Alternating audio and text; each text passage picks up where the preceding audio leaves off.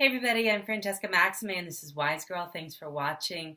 I just wanted to do a little quick mention today about something that a lot of us encounter on a regular basis, and that is fear.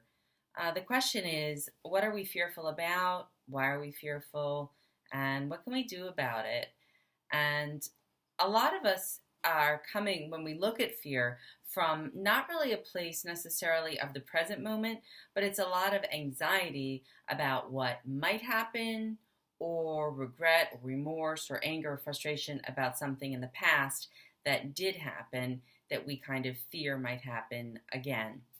And so the idea of sort of really having a high degree of rigorous self-honesty and asking ourselves in this moment, in this body, at this current age, in this time frame, in this situation, with this person before me or this situation before me, what is it that I'm really fearful about? I'm not talking about you're at the top of a mountain and, your rope breaks loose kind of fear. I'm talking about, the kind of fear that we feel that kind of ooh about, but in fact is about our everyday lives. So it could be fear about what your boss might say. It could be fear about what may be coming up around the dinner table if you're with family members that you haven't seen in a while. It could be fear about whether or not your project is going well, your child is doing well in school, or is having anger issues, or really raging and being angry about stuff and you can't figure it out, and you're afraid about the fact that he or she may not be able to grow out of that phase. And what does that mean? All kinds of fears. Fears about health, fears about making the rent check, fears about whether or not, we'll be able to get that new job next year or whatever. So all of that is to say, in the present moment, how often do we look at our fears and feel as though that's the only thing there is? A lot of the time, right? And in the present moment, how often is that fear itself the thing that is going to determine exactly the way our life is or is going to go?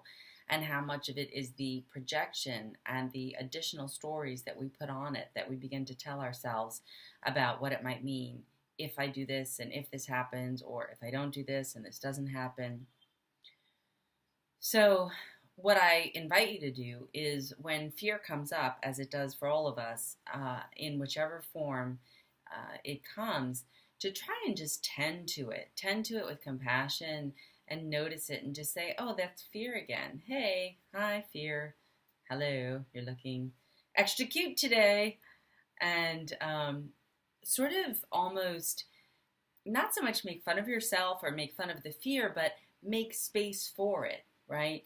Perhaps see it with a bit more humor, in the sense that we feel as though it is the only thing that matters at that moment, that it's the only thing that is directing our lives. But again, this is us projecting the story of me, of our individual selves all the time. And sometimes we get caught up in it.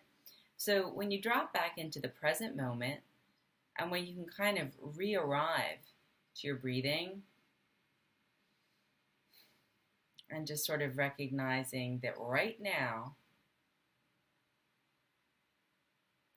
things are probably relatively okay, meaning that our health generally is probably okay, or we have a safe enough place to live, or we have food to eat for now. And that's where the gratitude practice comes in, of just being grateful for small things like hot water and a hot shower, or a hot cup of coffee in the morning. And when we begin to kind of tap into some of those things and really savor them, not only does that bring us back to the present moment, it also sort of separates this global looming cloud of fear from sort of breaking it down into smaller, more digestible parts.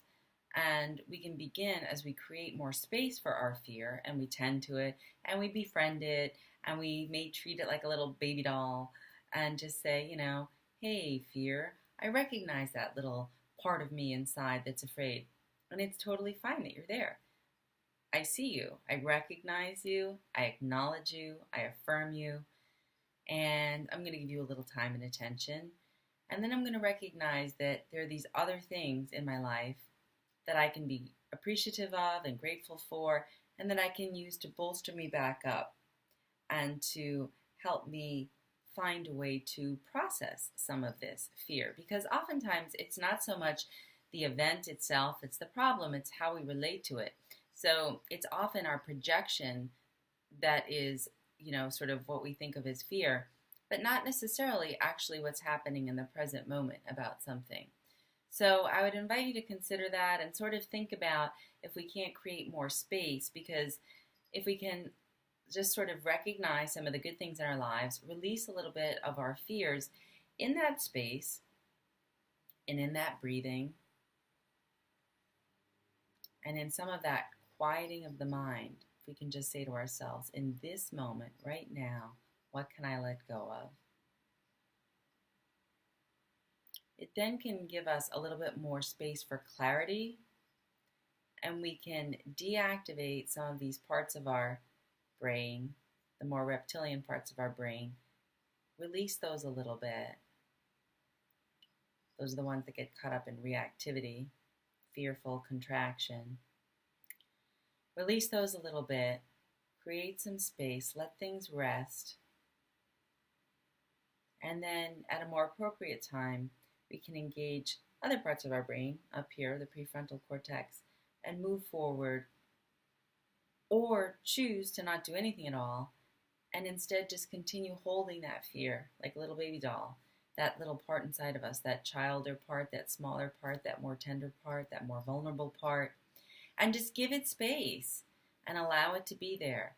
Because the more that we make friends with it and the less we resist it, it actually sort of begins to transform a little bit, and we don't yell at ourselves for having fear and having that be a part of our lives. We actually just say, oh yeah, there it is again. How you doing? Okay, how you doing? Bye.